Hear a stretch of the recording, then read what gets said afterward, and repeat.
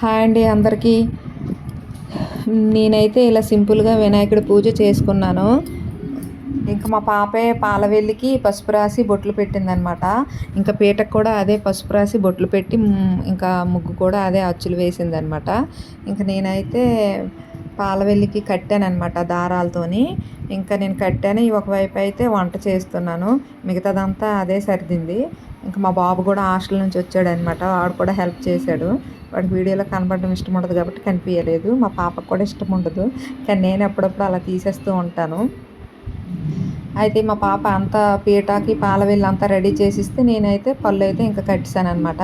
ఇంకా మామిడాకులు అయితే పైన వేసుకున్నాను. ఈ లోపు అయితే ఇంక ఉండ్రాలు ఉడుకుతున్నాయి. అటు వస్తున్నాను, మళ్ళీ వెళ్ళి సర్దుతున్నాను అనమాట. ఇంకా పూజకైతే అన్ని ఏర్పాట్లు అయిపోయినాయి. ఏదో సింపుల్గా నాకు తోచిన విధంగా చేసుకున్నానండి. నచ్చితే లైక్ చేయండి వీడియోని. అయితే ఇంక వినాయకుడిని కూడా అమర్చామన్నమాట. ఇంకా పూజ అయితే స్టార్ట్ చేశాను. ఇంకా కొబ్బరికాయ అయితే ఫస్ట్ కొట్టానమాట. ఇంక దీని తర్వాత ఇంక మా పిల్లలు ఆచరణ కూడా చేసుకున్నారు, నేను కూడా చేసుకున్నాను. చేసి కొబ్బరికాయ కొట్టాను. కొట్టిన తర్వాత అయితే ఫస్ట్ పసుపు గణపతికి అయితే పూజ చేసుకున్నాను. పసుపు గణపతి పూజ అయిపోయిన తర్వాత ఇంకా గణపతికి అభిషేకం చేశాను. పాలతో పెరుగుతో నెయ్యితో అభిషేకం చేశాను. ఇంకా అభిషేకం అయిపోయిన తర్వాత అష్టోత్తరాలు అయితే చదువుకున్నాము.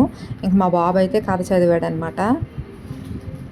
అభిషేకం చేసుకున్నాకైతే మా బాబు కథ చదివాడు. ఇంకా పత్రాలతో ఇంకా పువ్వులతో అన్నిటితో పూజ చేశానండి. ఇలా సింపుల్గా మేమైతే పూజ చేసుకున్నాము. ఈ సంవత్సరం వినాయక చవితి అయితే ఇలా ఆల్రెడీ ముందు రోజే పత్రాలు అన్నీ తీసుకొచ్చానమాట. ఇంకా మా పిల్లలు కూడా, నేను అష్టోత్తరాలు చదివితే మా పిల్లలు కూడా పూజ చేశారనమాట. ఇంకా మా బాబే కథ చదివాడు. ఇంకా హారతి అయితే ఇచ్చాను. మా పిల్లలు గుంజీలు కూడా తీసుకున్నారనమాట. ఏదో ఇలా సింపుల్గా చేసుకున్నానండి. నచ్చితే లైక్ చేయండి. బాయ్.